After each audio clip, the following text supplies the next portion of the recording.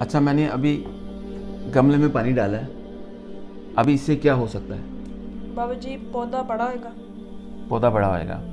और अगर मिसाल के तौर पर इस गमले में पौधा ही नहीं है या कोई बीज ही नहीं है, फिर मैं पानी डालूंगा तो क्या होगा? कुछ भी नहीं बाबा जी। कुछ भी नहीं होगा। पक्का?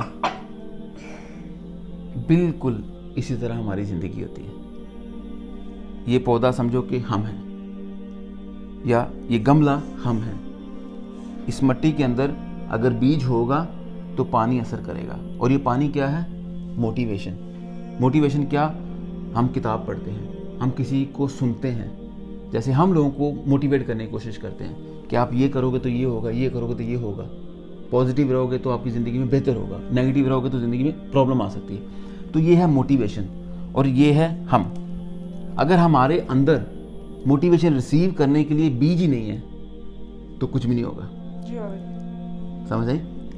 तो ये मोटिवेशन कोई इंसान से भी ली जा सकती है, या अल्लाह ताला की बारिशें भी हैं। जिसके अंदर बीज है उसने फटना ही फटना है। लेकिन अदरवाइज अगर कोई भी इंसान आपके सामने खड़ा हो, आप जितना मर्जी उसके सामने तकरीर करते रहें, कुछ भी कहते रहें, उसको असर नहीं करेगी जब तक उसके अंदर का बीज जिंदा नहीं होगा।